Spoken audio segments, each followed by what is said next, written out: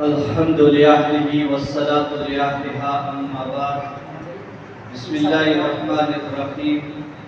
إن من البيان للسحر صدق الله صدق رسوله النبي الأمي الكريم.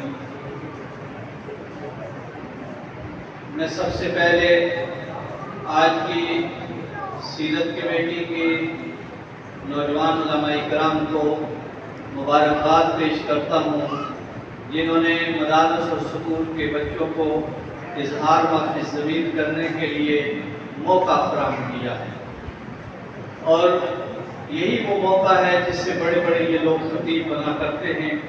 اللہ جل شانہ ان تمام بچوں کی قوت گویائی میں اور اضافہ کرتا ہے. بچوں نے جتنے بھی بچوں نے تقریر کی ہے، محسوس یہ ہوتا ہے کہ سارے پہلے سے خطیب ہے.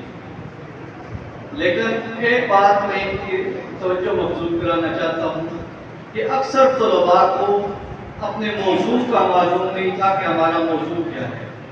وہ دفاع صحابہ والے بیت کی بجائے عظمت صحابہ والے بیت بیان کر رہے ہیں، جبکہ ان کا عنوان دفاع صحابہ والے بیت تھا. اس لیے اپنے عنوان کے مطابق گفتگو کرنا سیکھیں، اور عنوان کے مطابق قرآن کریم کی آیت، حدیث مبارکہ اور اسی طرح عنوان کے مطابق خوبصورت اشعار یہ اپنی تقریر کا حصہ بنائیں.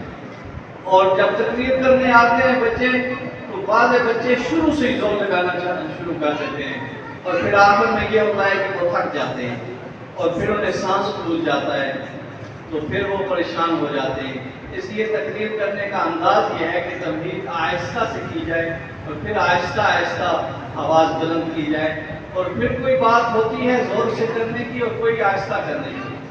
پھر یاد رکھیں کہ ہمیشہ اچھے خطیبوں کو سنا کریں.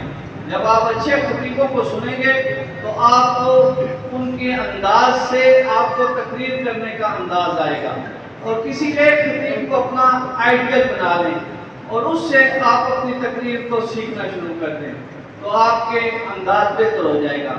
تقریر ضروری نہیں ہے کہ جوش ہی سے کی جائے. ہمارے بہت سارے اکابرین میں سے بہت سارے ایسے خطباء گزرے ہیں جو طرز میں خطابت کیا کرتے تھے. تو کوئی طرز والا خطیب بھی ہونا چاہیے، سارے جوش والے نہیں ہونے چاہیے. کسی کو طرز سے اور خوبصورت آواز میں خوشرحانی انداز میں گفتگو کرنی چاہیے. مولانا ضیاء القاسمی رحمۃ اللہ علیہ کو خطیب یورپ و ایشیا کہا گیا.